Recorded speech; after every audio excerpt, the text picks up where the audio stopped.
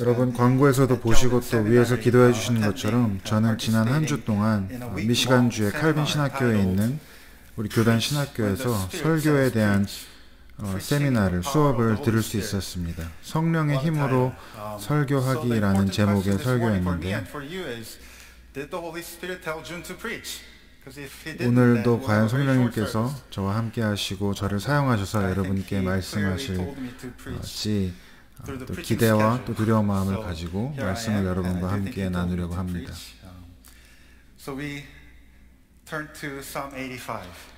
시편 85편의 말씀을 오늘 함께 살펴보겠습니다. 매년 여름마다 시편의 말씀들을 보고 있는데 오늘 특별히 시편 85편의 본문을 살펴보겠습니다. 주님께서 주님의 땅에 은혜를 베푸시어 포로가 된 야곱 자손들을 돌아오게 하셨습니다. 주님의 백성들이 지은 죄악을 용서해 주시며 그 모든 죄를 덮어 주셨습니다. 주님의 노여움을 말끔히 거두어 주시며 주님의 맹렬한 진노를 거두어 주셨습니다. 우리를 구원해 주신 하나님, 우리에게 다시 돌아와 주십시오. 주님께서 우리에게 품으신 진노를 풀어 주십시오. 주님께서 우리에게 영원히 노하시며 대대로 노여움을 품고 계시렵니까? 주님의 백성이 주님을 기뻐하도록 우리를 되살려 주시지 않겠습니까? 주님의 한결같은 사랑을 보여주십시오. 우리에게 주님의 구원을 베풀어 주십시오. 하나님께서 무엇을 말씀하시든지 내가 듣겠습니다. 주님께서 우리에게 평화를 약속하실 것입니다. 주님께서는 주님의 백성, 주님의 성도들이 망령된 대로 돌아가지 않는다면 진정으로 평화를 주실 것입니다. 참으로 주님의 구원은 주님을 경외하는 사람에게 가까이 있으니 주님의 영광이 우리 땅에 깃들 것입니다. 사랑과 진실이 만나고 정의는 평화와 서로 입을 맞춘다. 진실이 땅에서 돋아나고 정의는 하늘에서 굽어본다. 주님께서 좋은 것을 내려주시니 우리의 땅은 열매를 맺는다. 정의가 주님 앞에 앞서가며 주님께서 가실 길을 닦을 것이다.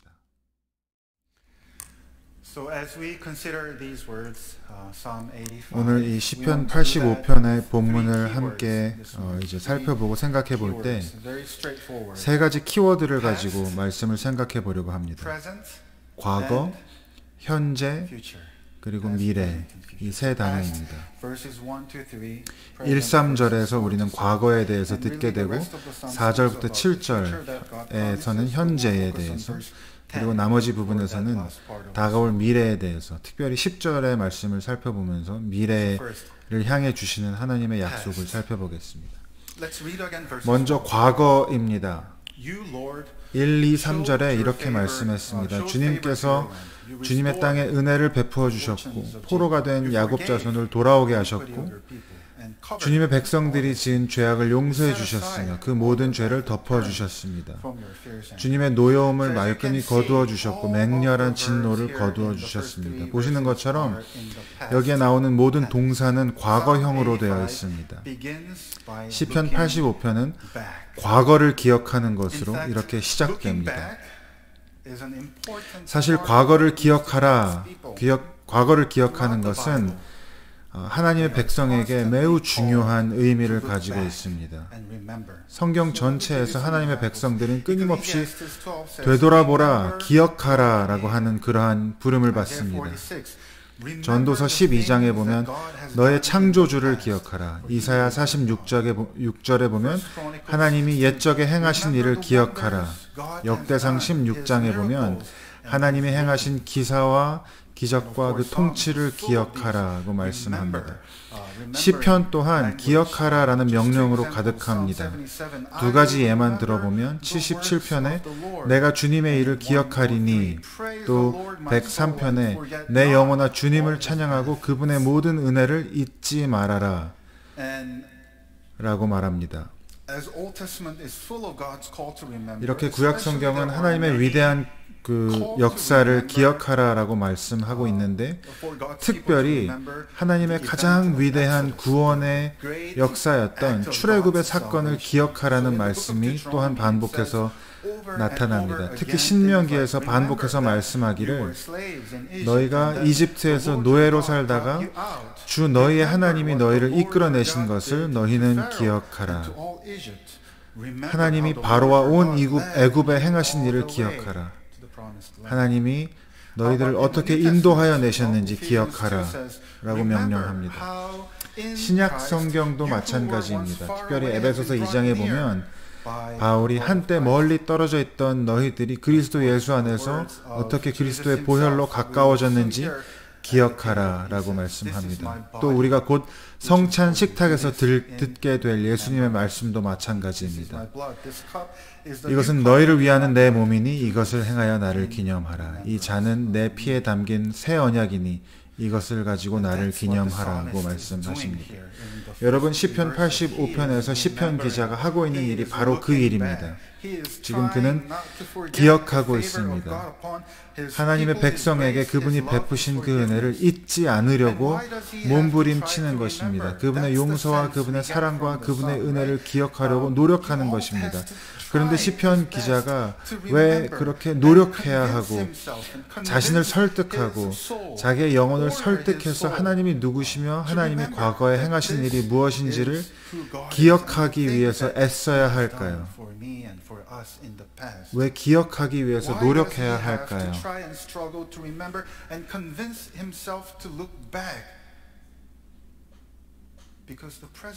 왜냐하면 현재는 더 이상 그와 같지 않기 때문입니다. 그것이 우리의 현재입니다. 두 번째 포인트입니다. 4절부터 7절에 보니까 이렇게 시편 기자가 말하고 있습니다. 하나님, 우리에게 다시 돌아와 주십시오. 우리에게 품으신 진노를 풀어주십시오. 우리에게 영원히 대대로 노여움을 품고 계시겠습니까? 주님의 백성이 주님을 기뻐할 수 있도록 우리를 되살려 주십시오.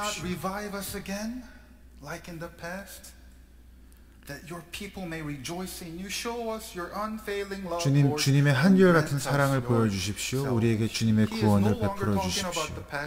이렇게 시편 기자는 더 이상 과거가 아니라 현재에 대해서 이야기하고 있습니다. 그리고 하나님의 행하신 일에 대한 찬양과 감사는 더 이상 들리지 않고 이제 시편 기자는 현재 자신이 처한 상황에 대하여 하나님께 간청하면서 하나님 과거에 그리하셨던 것처럼 지금도 그렇게 역사해 달라고 기도하고 있습니다.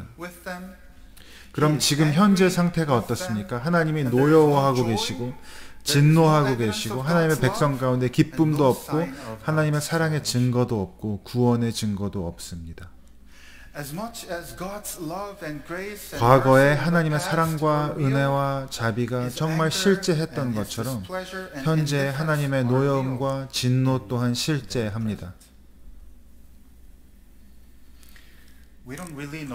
시편 85편의 역사적인 배경이 무엇이었는지 우리가 정확히 알 수는 없지만 그리 어렵지 않게 추측할 수 있는 것은 국가적 위기 상황이라는 것입니다. 아마도 바벨론 유배 생활을 포함한 그 전후의 시간일 것입니다. 예루살렘으로 돌아왔지만 폐허가 된 그 땅을 바라보는 그들의 마음일지도 모릅니다.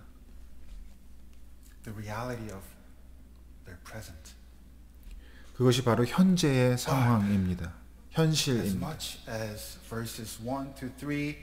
그럼에도 불구하고 85편, 시편 85편 1, 2, 3절이 아름다운 찬양의 기도인 만큼 이 4, 5, 6, 7절의 기도도 고통스럽지만 아프지만 그러나 아름다운 기도입니다. 왜냐하면 시편 기자는 이와 같은 고난과 어려움 속에서도 다른 곳을 바라보지 않고 하나님을 바라보면서 하나님에게 회복과 부흥을 간구하고 있기 때문입니다. 우리에게 부흥을 주십시오라고 그는 기도합니다. 우리에게는 어떻습니까? 여러분은 어떠십니까?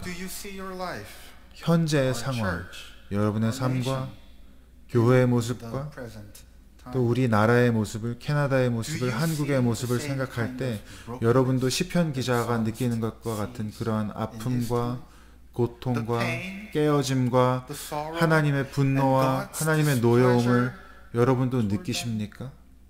시편 기자가 그러한 것처럼 여러분도 현재 오늘 우리의 삶 가운데 이 나라 가운데 사회 가운데 부흥의 필요를 느끼십니까? 영적으로 새로워져야 할 필요를 여러분도 느끼시고 계십니까? 제가 이 말씀을 준비하면서 특별히 제가 칼빈 대학교 캠퍼스에 있었기 때문에 그리고 이 부흥이라는 단어를 묵상하면서 또 동시에 많은 다른 CRC 목사님들과 또 교수님들과 대화를 나누면서 저는 특별히 우리 교단에 대해서 많은 생각을 하게 되었습니다. 우리 교단 안에 많은 목회자들이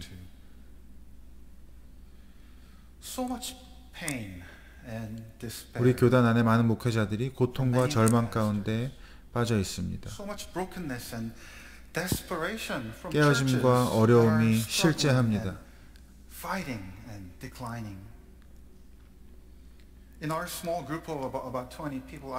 같이 수업을 들었던 약 20명 되시는 분들 가운데 너무 많은 목사님들이 앞으로 몇 년 안에 교회를 어떻게 잘 문을 닫을 수 있을지를 고민하는 것을 보면서 제가 적잖은 충격을 받았습니다.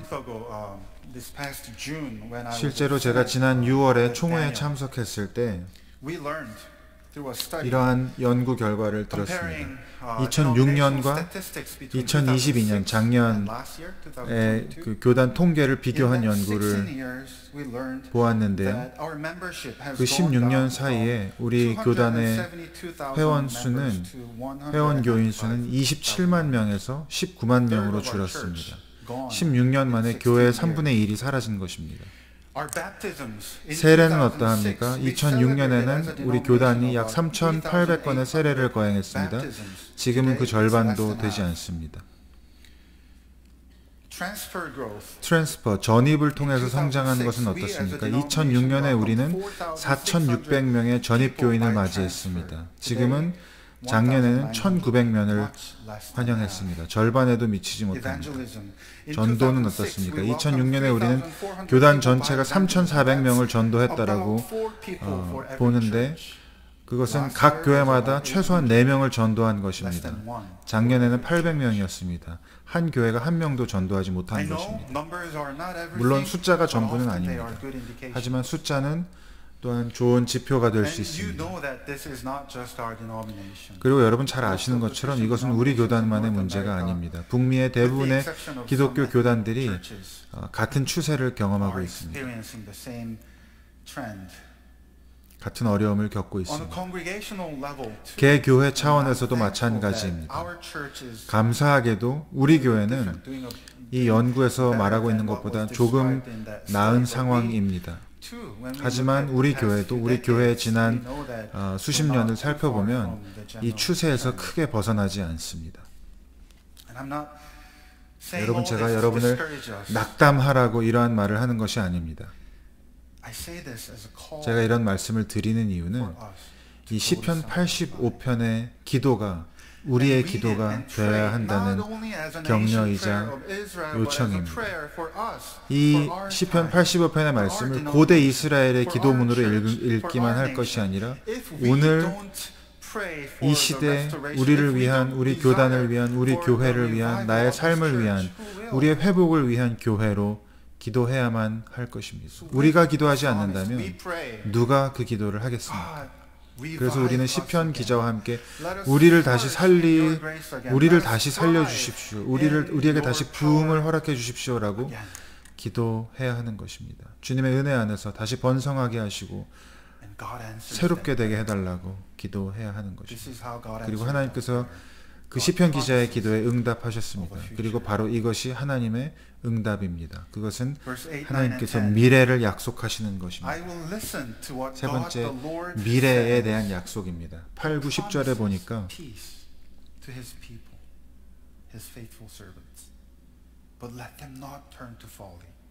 하나님께서 약속하실 것입니다. 주님의 백성이 망령된 대로 돌아가지 않는다면 진정한 평화를 주실 것입니다. 참으로 주님의 구원은 주님을 경외하는 사람들에게 가까이 있으니 주님의 영광이 이 땅에 깃들 것입니다. 사랑과 진실이 만나고 정의는 평화와 서로 입을 맞출 것입니다. 여러분 특별히 10절에 네 가지 단어, 사랑과 진리, 정의와 평화, 이 네 단어에 초점을 맞춰보려고 합니다. 그리고 여러분 대부분은 이 네 개의 히브리어 단어 중에 세 개를 벌써 알고 계실 것입니다. 그 세 단어는 헤세드, 아멘, 그리고 샬롬입니다. 히브리어 한 단어만 더 배우시면 됩니다. 먼저 사랑과 진실, 사랑과 진리가 만난다라고 하는 표현입니다. 여기서 사랑은 헤세드라는 단어입니다. 여러분 설교에서 이 헤세드라고 하는 히브리어 단어를 많이 들으셨는데 왜 이렇게 많이 언급됩니까? 왜냐하면 이것은 참 번역할 수가 없는 단어이기 때문입니다.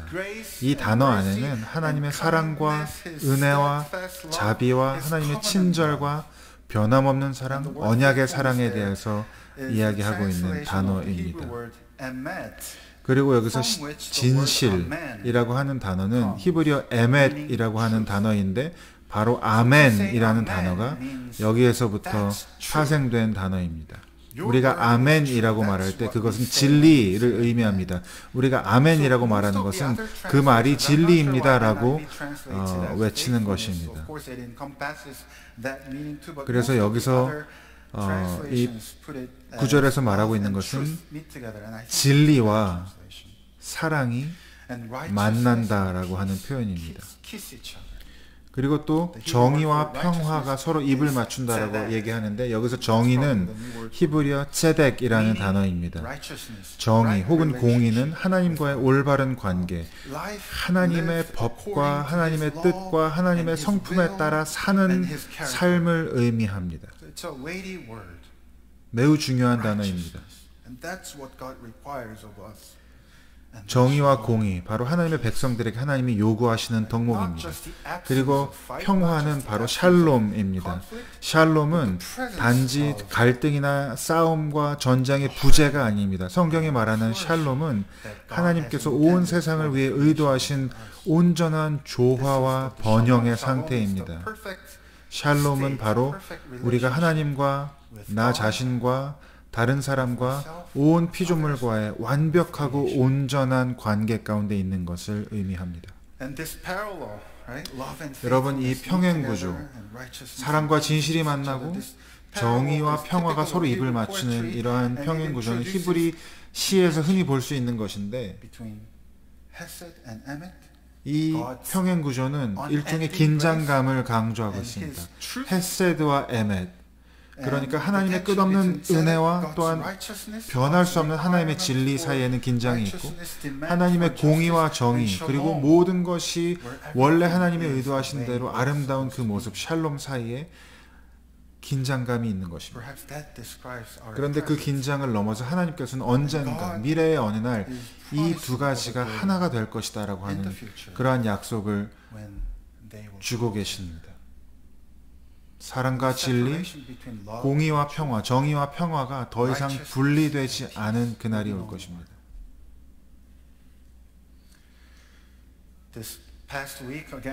특별히 저는 지난주에 그 수업을 들으면서 이에 대해서 많은 생각을 해볼 수 있었습니다. 진리와 은혜라고 하는 그 긴장, 특별히 우리가 설교라고 하는 것에 대해서 고민하면서 설교를 은혜와 진리의 관점에서 생각해보는 시간을 가졌습니다. 이 사진은 제가 목요일 아침에 찍은 것인데요. 이 글씨들이 얼마나 잘 보이실지 모르겠습니다. 이 그래프를 한번 보시면 제가 좀 다시 잘 만들었으면 좋을 텐데 그럴 시간이 없어서 하지 못했습니다. 제가 그냥 그 칠판을 사진으로 찍은 것인데 혹시 잘 보이지 않으시면 제 설명을 잘 들어보시기 바랍니다. 먼저 이 가로축은 진리의 연속선입니다.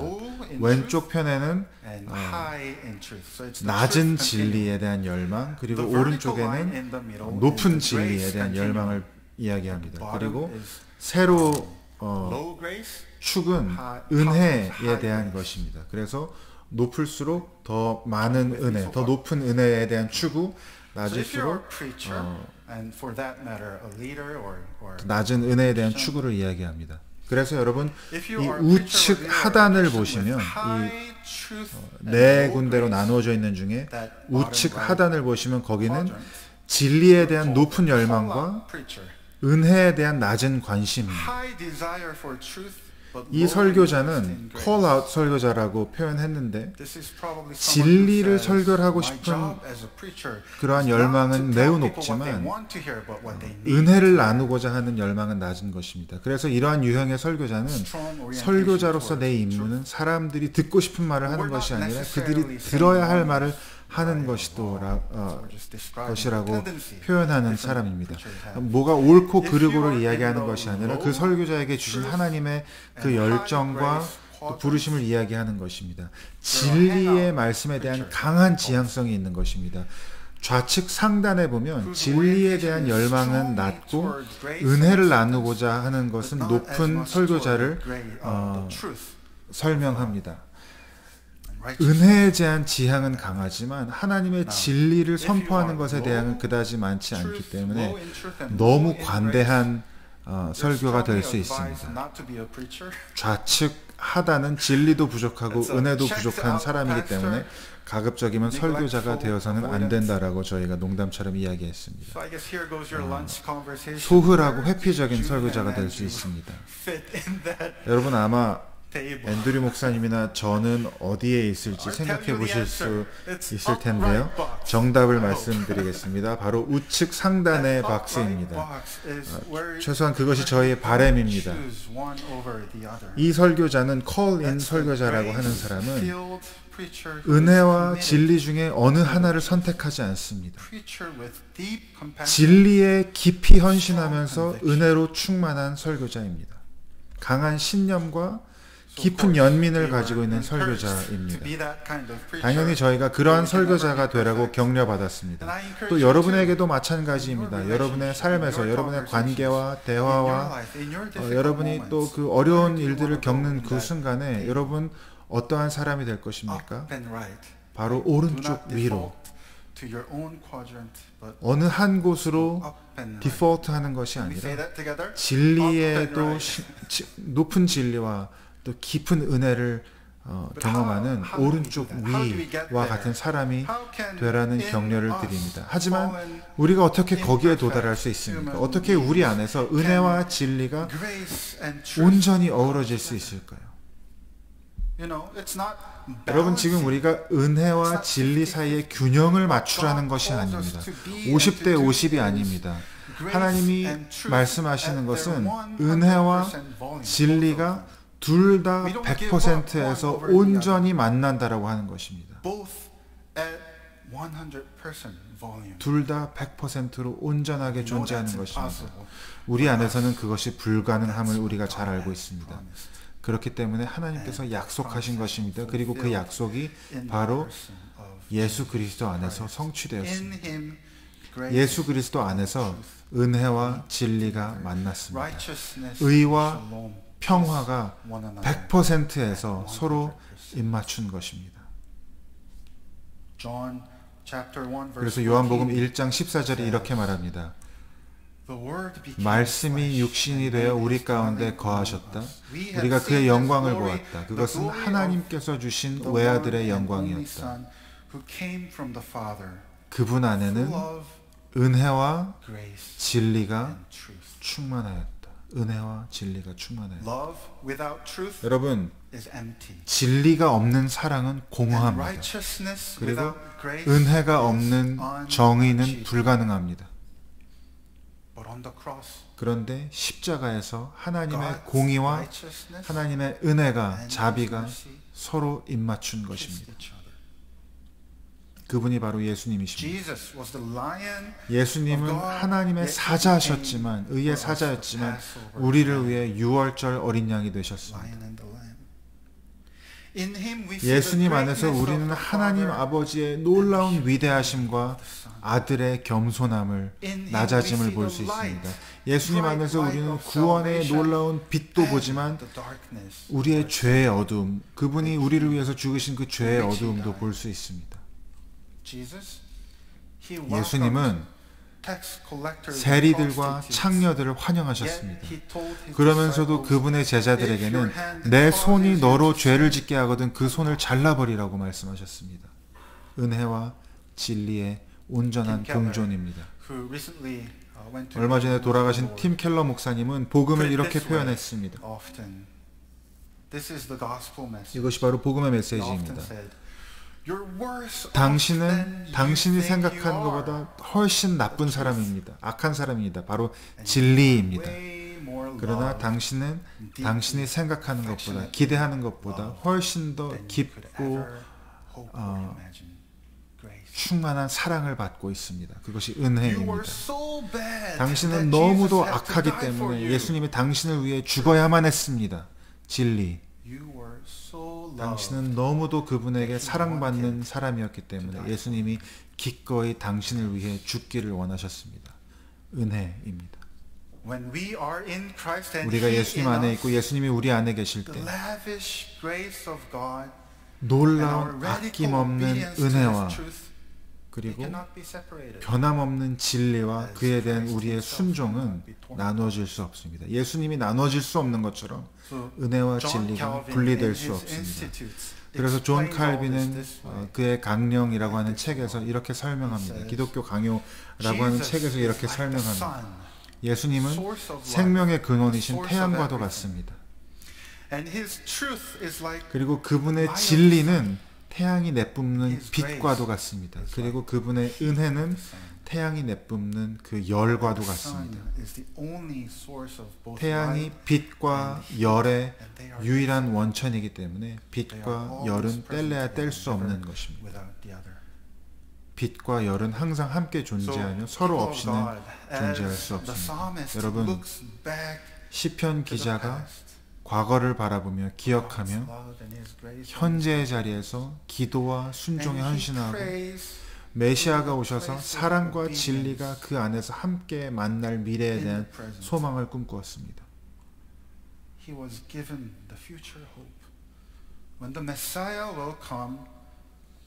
언젠가 메시아 안에서 사랑과 진리가 입맞출 것입니다. 그 약속을 시편 기자는 받았습니다. 오늘 저와 여러분도 그렇게 기도합니다. 우리도 과거를 돌아보는데 우리는 우리를 위해 죽으시고 십자가에서 그분의 은혜로 우리를 덮어주신 예수님의 십자가를 돌아봅니다. 그 과거를 바라보며 오늘 현재의 자리에서 부흥을 위해 기도하며 성령의 능력 안에서 사랑과 진리 안에서 오늘을 살아가기를 또한 기도합니다. 그리고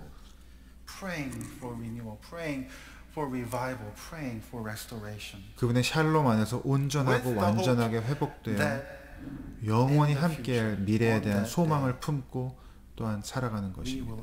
과거와 현재와 미래가 우리 가운데 이와 같이 축복으로 주어지는 것입니다. 이미 예수님 안에서 시작된 그 놀라운 일이 영원한 미래에 대한 소망으로 우리를 이끌어갈 것입니다. 성부, 성자, 성령의 이름으로 함께 기도합니다.